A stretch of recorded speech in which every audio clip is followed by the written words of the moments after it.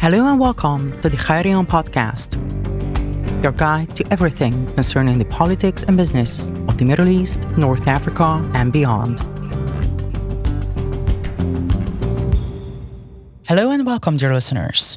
My esteemed guest today is our senior researcher, Dr. Erzsébet N, Rózsa, and we will be talking about the ongoing Palestinian-Israeli conflict, what went wrong, and what can we see in the foreseeable future. Welcome, Dr. Rózsa. Nice to meet you. My first question is, did really nobody see these events coming? I think yes and no. So that this kind of an attack would be possible and would be in planning. As far as we know from the sources that are available openly, we could say no one saw this coming.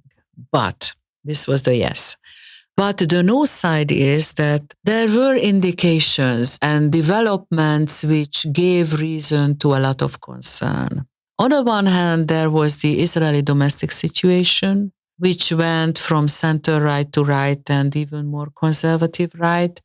The Israeli domestic political movements and demonstrations, I think that the listeners, most of them heard about that now for months, the Israeli Jewish community has been in the streets and demonstrating because of legal changes in Israel, because of the changes in the role of the Court of Justice and so on and so forth, which showed that the Israeli society has come to a point when different parts of the society could not agree, and that the demonstrations were going on and could not be terminated was also relevant in the fact that an increasing number of Israeli Jewish citizens were either leaving the country, yet in small numbers, but it is already visible, and many more were talking about leaving the country. If we take into account that many Israeli citizens have dual citizenship,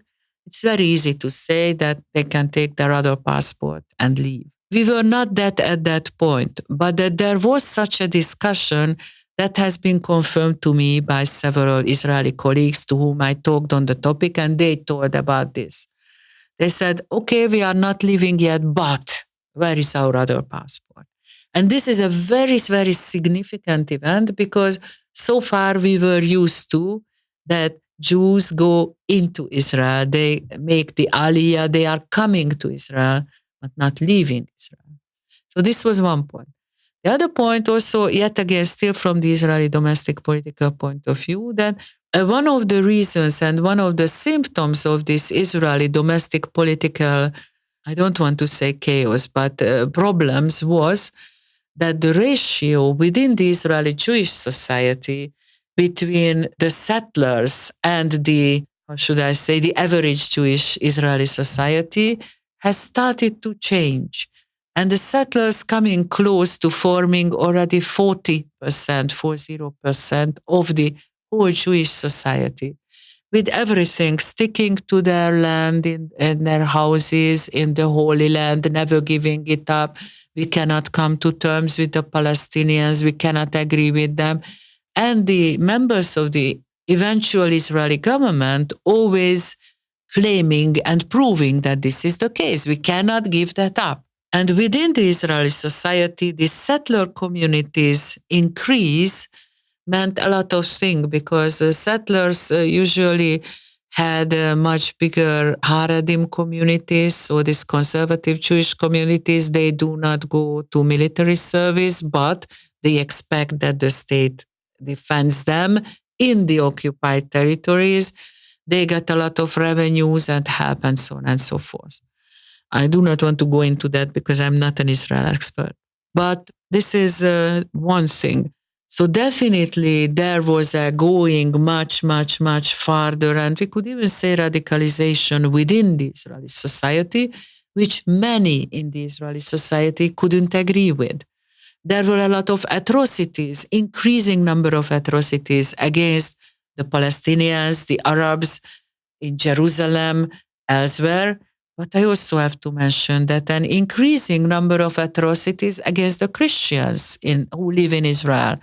And don't forget, this is the Holy Land. This is Jerusalem and Bethlehem, where there are many Christians still living.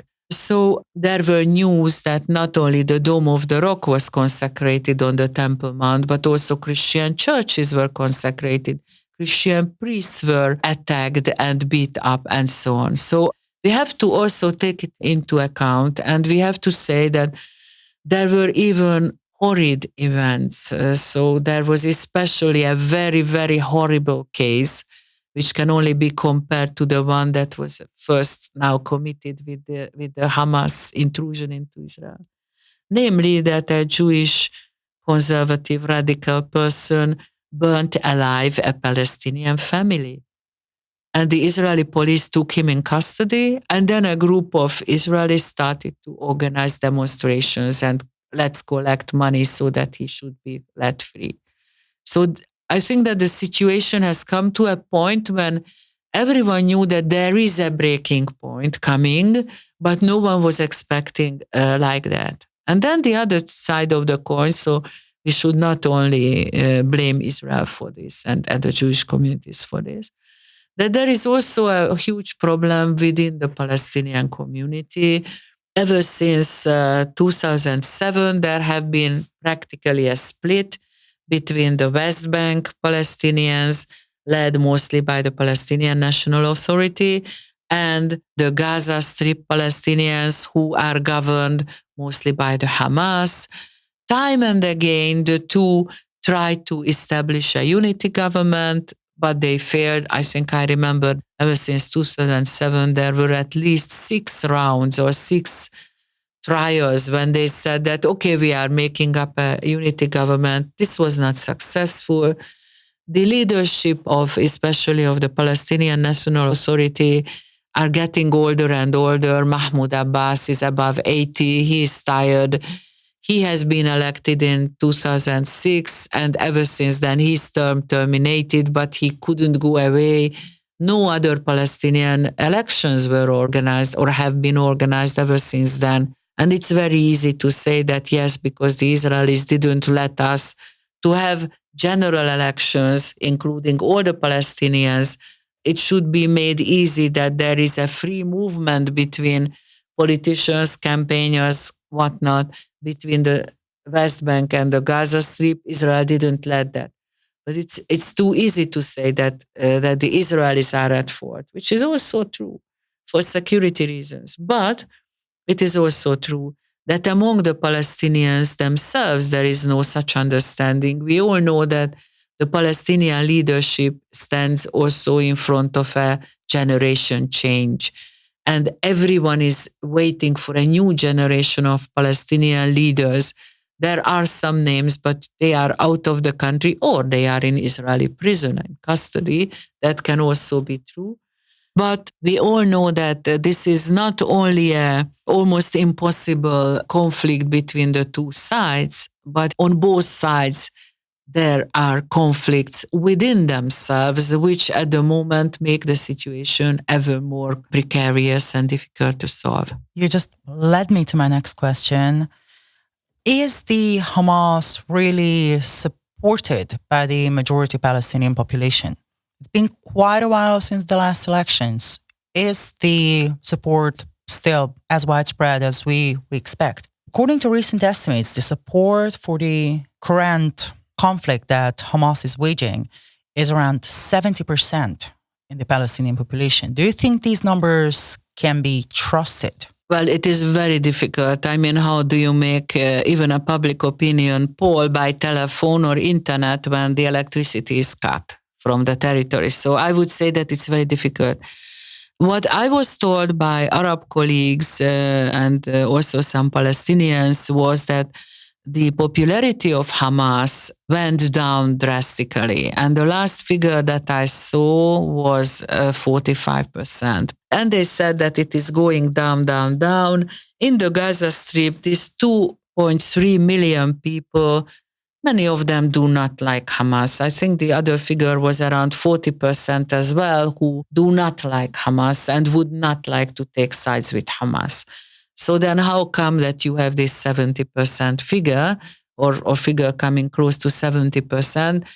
I think it is psychologically almost natural that when you are under siege and you are under attack, obviously, even if you do not like the person or the organization that is there governing you, you come behind it because this is the only chance to your survival. I mean, you cannot do anything about it.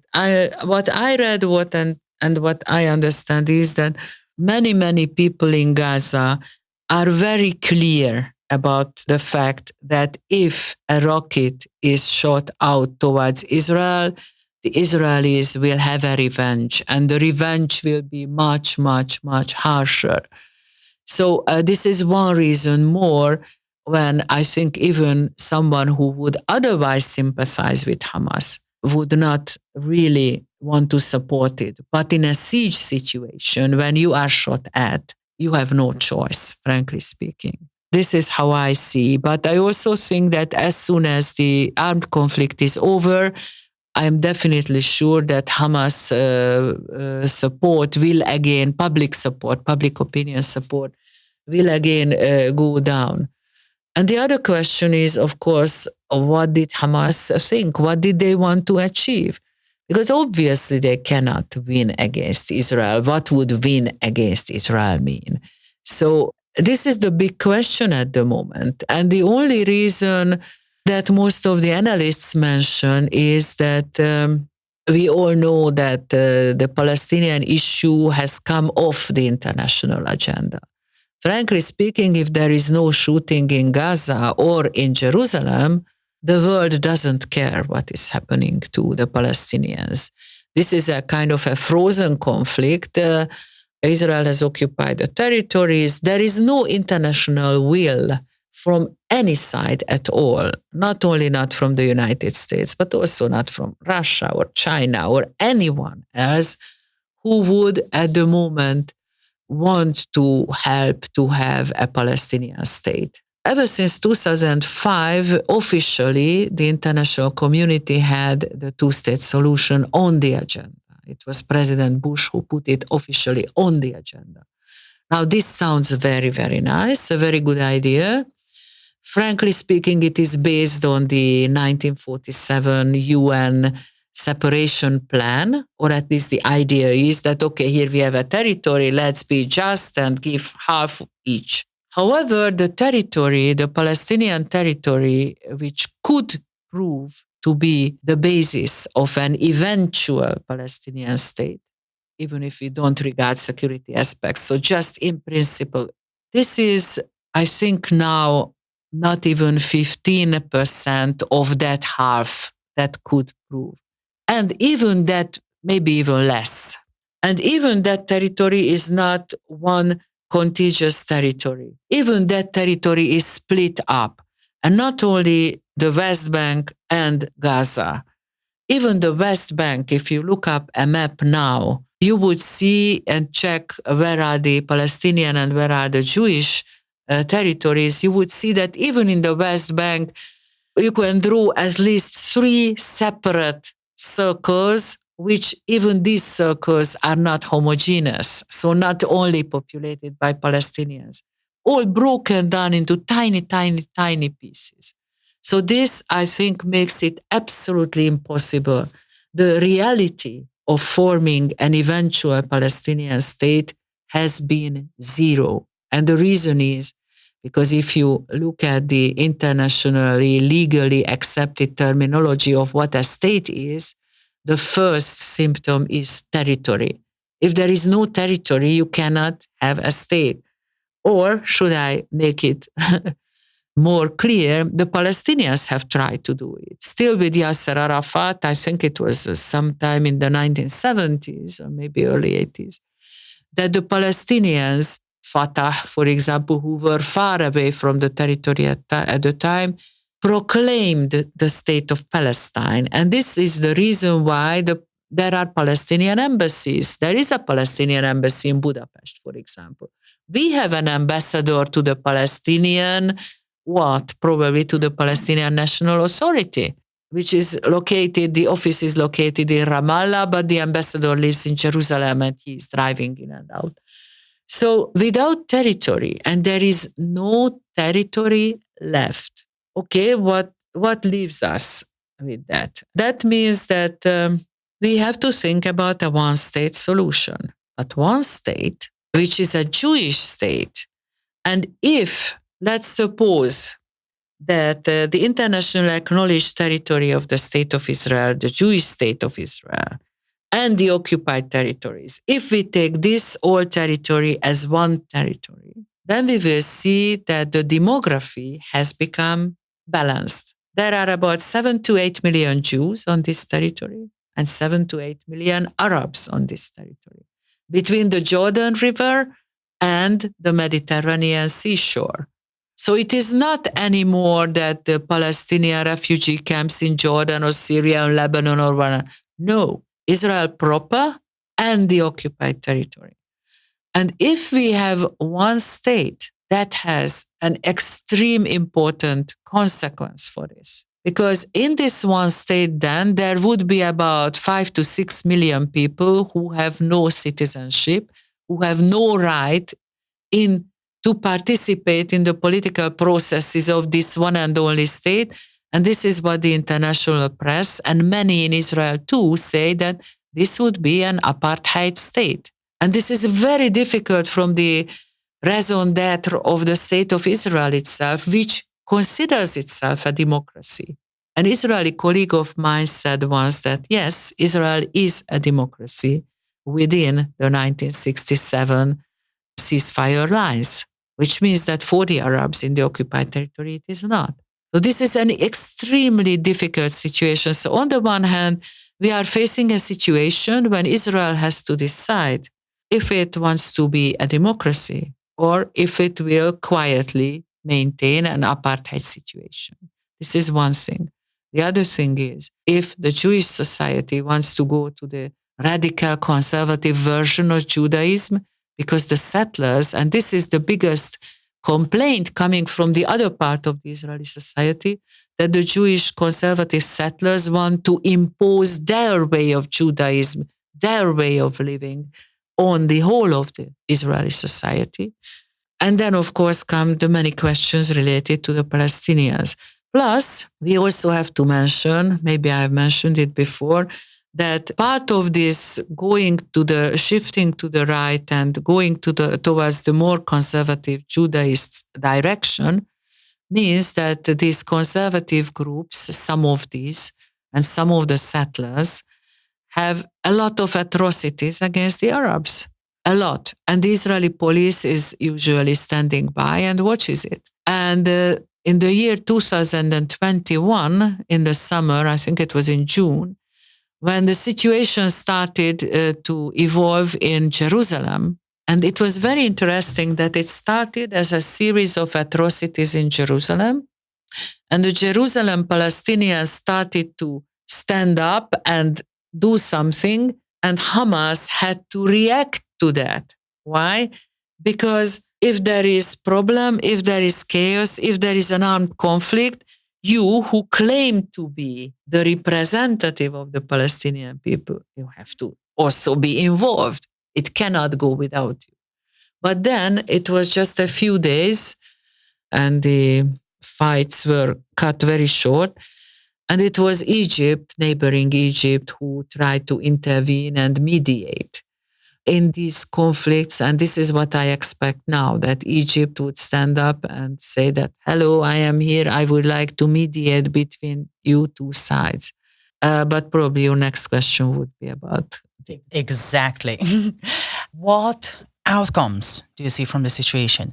I mean, obviously, there will be some attempts at mediation.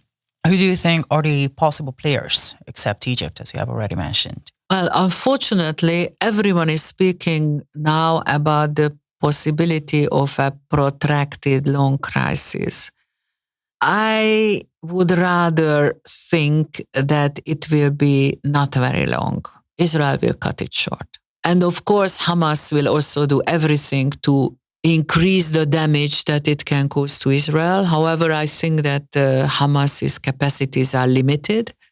even if we know that they have drone factory or drone laboratory in the Gaza Strip, even if we know that they have piled up and produced many weapons, this is a limited quantity. So what I expect is that Hamas will run out of ammunition. Hamas also has a responsibility for all the people it is governing, all the 2.3 million people in the Gaza Strip. So this is one more thing. So Hamas cannot take this campaign on indefinitely, because it's one thing is very sure, that Israel is already there and it will hit back. It has started to hit back. It will hit back. So I would expect rather a few days more, a lot of victims. I'm afraid, really afraid, and it's so horrible to be able to say that, but I expect many more victims on both sides, which is unacceptable. But also, the analysts say that the Israeli Defense Forces will most probably go into the Gaza Strip, but they will not stay there. They will come out. There is a huge international reaction, and it is very interesting to see that while many countries express their support to Israel, because Israel was the first victim, it was Israel which was targeted. So under international law and under our moral understandings, sympathy must go to Israel. However, we also see that especially in other parts of the world, and I do not necessarily mean only Muslim or Arab communities, but also like sub-Saharan African countries or others, the statements are a bit more cautious, and they say that, yes, in this case, Hamas is to blame, but for heaven's sake, there has been an 80-year-old history of an unsolved situation, which Israel has maintained. So more cautious, trying to go this way and that way. And I think that the situation itself has brought the Western powers and European countries as well to a very precarious situation. Because on the one hand, they support Israel in resisting and defending itself. But on the other hand, they cannot forget that there are 2.3 million people who are now hermetically closed into this very small piece of land. And what is going to happen to them? Now, Israel has cut water, has cut electricity. Imagine the weather is hot, so there is no refrigerator, right? Israel has cut everything. And I think that the United States has started to speak about the safe passages for the civilian population. This is one thing which I think is very positive. They have started to negotiate with Egypt that they should let the refugees in.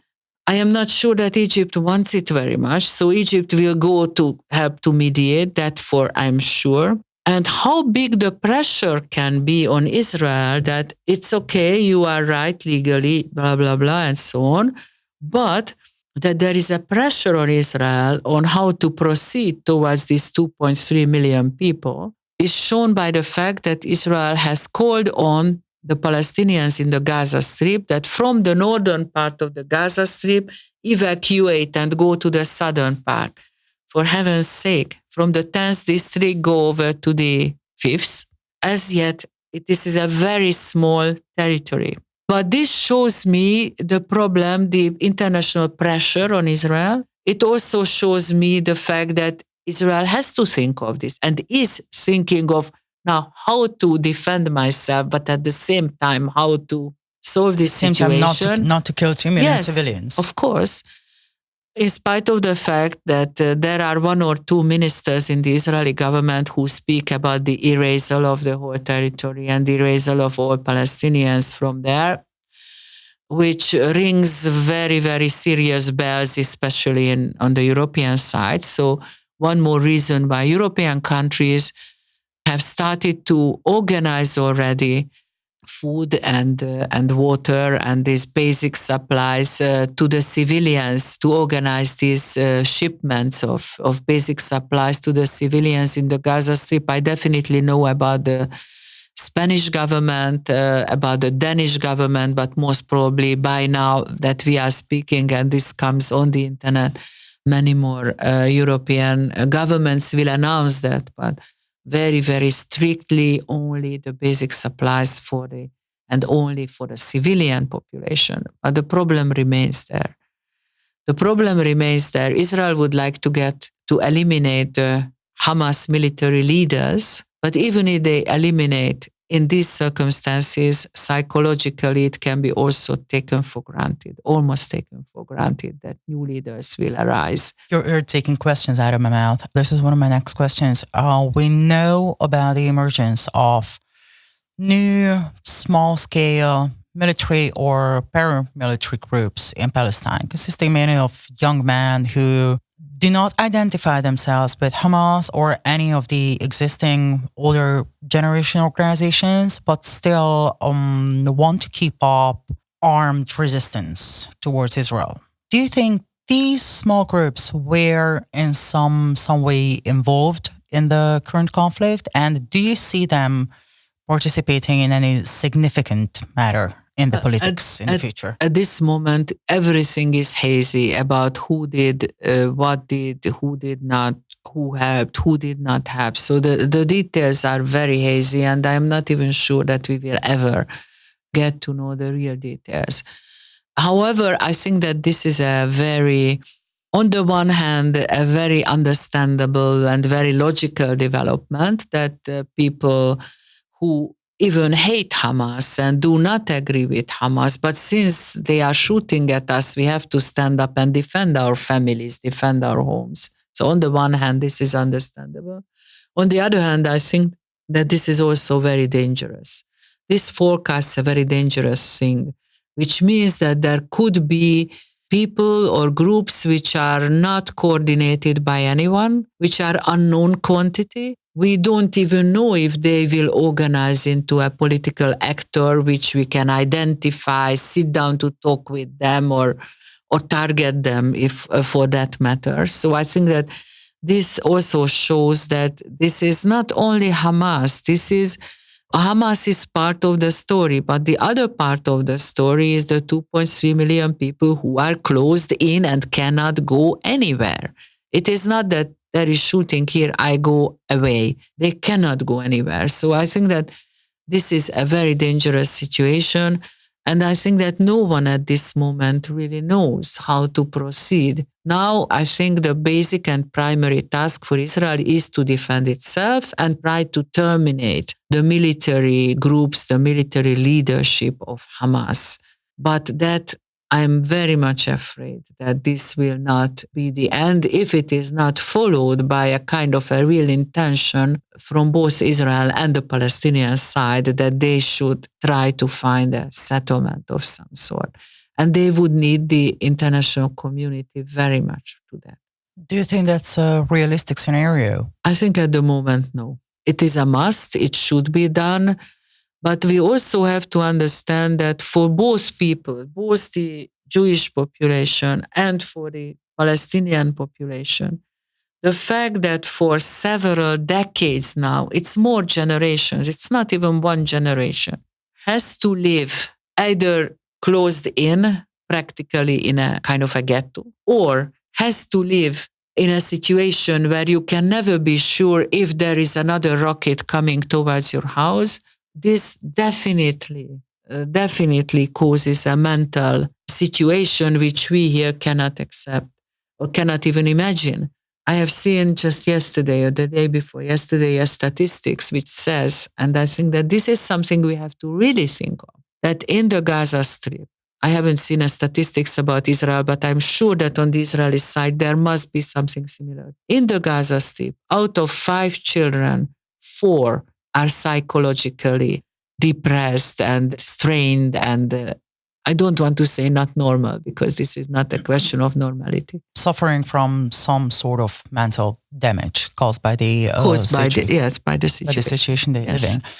Well, here I also feel like I need to add my experience from my research trips along refugee camps all throughout Europe, which back in 2015 and 16, they were filled with Palestinians who kind of came along with the wave of Syrian refugees who were running not from Israel, but from Hamas. I've talked to many people who said that, okay, an Israeli rocket destroys my house. Well, I can rebuild it.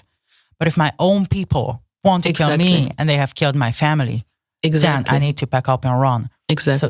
So this is another very important view to consider. Yes, I fully agree with that. But I would say that in 2016, with the refugee wave coming towards Europe, I think it was also a rather convenient solution, both for Israel, but I would also like to add the Gaza Strip, to let those who wanted to go away to go.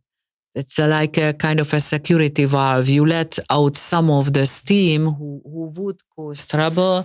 Unfortunately, this is not the situation now. The Gaza Strip is sealed down, and that's it at this precise moment. As I said, water, electricity, and every services are cut. Everything is coming from Israel.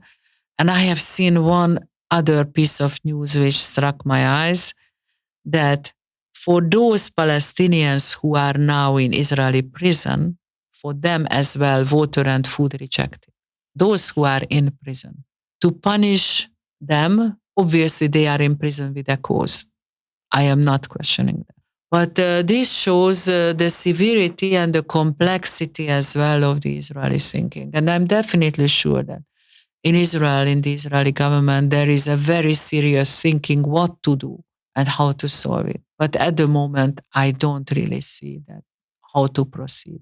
Ceasefire, that's... Ceasefire, that will basically mean the continuation of the current situation. It will mean a frozen conflict. But this has been a frozen conflict for a long time. Can you see China playing any part in the ceasefire or in mediation attempts? I think that the role of China from this point of view is over-exaggerated. It's true that China has become or is becoming an actor in the Middle East, but the Chinese do not want to intervene in the political conflicts of the Middle East. They do not have to choose sides. So this is the thing. By the way, the same goes for Russia. The Russian president and the Chinese president can talk to each and every leader in the Middle East. Whether they are the best friends of the United States, like Israel, the best allies of the United States, like Israel, or whether they are against the United States, it doesn't matter. This is a very interesting situation. I have not yet seen any serious Chinese declaration that would want to take on a role. However, I think that if there starts something, some kind of mediation, some kind of negotiations, then I would expect China jump on the train and say that, okay, I am welcoming you. A little bit the same way as they did with the Iranian Saudi. You don't expect any initiation of a peace process from China? Well, I think on the political rhetoric level, yes, definitely. Maybe they have even said so. I'm not sure. But how serious that effort could be, there are others who are closer to the conflict. There is Qatar. There is Oman, which is the peace mediator in the whole of the region. There is Egypt, as I said, and probably the Israelis would believe Egypt, would take Egypt a creditable mediator, especially because of the neighborhood of Egypt to the Gaza Strip and the border crossing there. So Egypt would have much more at stake in. That's what I was meaning to say, that Egypt certainly is a very important actor around here. And for Egypt, it is an existential question to have peace in their neighborhood. Well, sort of. At least Egypt wouldn't like to have 2 million of refugees coming in through the northern Sinai Peninsula. And frankly speaking, we should also look at the geography. I mean, the Sinai Peninsula, there is nothing there in the northern part. In the southern part, of course, there is Sharm el-Sheikh and the holiday resorts, but that's different.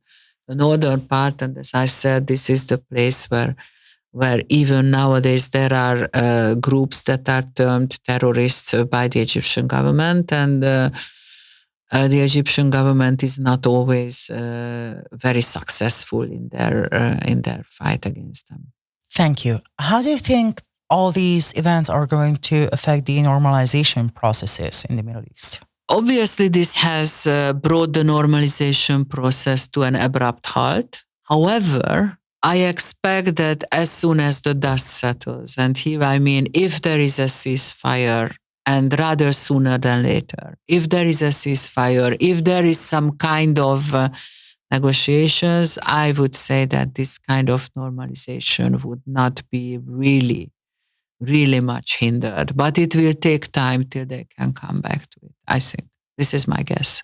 So you think the possible economic profits are going to prevail over ideology? Yes, I would think so. Of course, it depends on which relationship you look at within the form of the normalization. Because if it is normalization between a country which is directly involved in this conflict, let's say Israel and Turkey, for example, Israel and Egypt, for example, then there are limits to the normalization because obviously, and like, for example, the Turkish president Erdogan has said that Israel should have taken care of solving the Palestinian problem and so on and so forth. So going rather a little bit more to this. As a leader, as a regional leader who has a responsibility and he wants to show that he's a responsible leader, he has to take on this issue. Yet again, I say this is about 80 years of an unsolved crisis, unsolved problem. If it is about the Saudi-Iranian normalization, that I think could go unhindered because on the one hand, the Saudis at this moment cannot take Israel on, in spite of what is going on in the background, but openly they cannot take Israel on. And it suits the Iranians very much that now in the regional states, the perception of who is more at guilt is Israel. So this suits the Iranian perception quite well. Plus, we don't have to forget that as long as Israel is bogged down in such a crisis, it has less energy to test the Iranian policies. My last question for today is, how do you think the current events, including the heightened naval presence of the US in the Eastern Mediterranean, are going to influence the East Med energy infrastructure? Well, I think on the one hand, I don't really understand what this US naval presence means because obviously it's a symbolic gesture towards Israel, so that cannot be underrated. But otherwise, what else? I mean, come on, will the US shoot at the Gaza Strip, at the 2.3 million people? Obviously, they will not. So then what is the purpose? Is there anyone who is coming on the sea to bring weapons now in this conflict to the Palestinians or to the Hamas or anything? No. So then what is the reason? So I don't think that the American warship's presence has more than a symbolic. And symbolically, of course, it is a strong signal. But apart from that, I don't really see, maybe it's my fault, but I don't really see what else can they do. Obviously, as your question goes, they are now on a territory, on a part of the sea, on the East Mediterranean basin, where in the past few years there have been several gas fields found and started to be operated, causing a lot of reason for cooperation. So this is a very, very interesting and very good example of normalization, because in the Eastern Mediterranean, as these underwater gas fields were found, some belong to Egypt, some belong to Israel, some should belong to the Gaza Strip, but it is under Israeli control.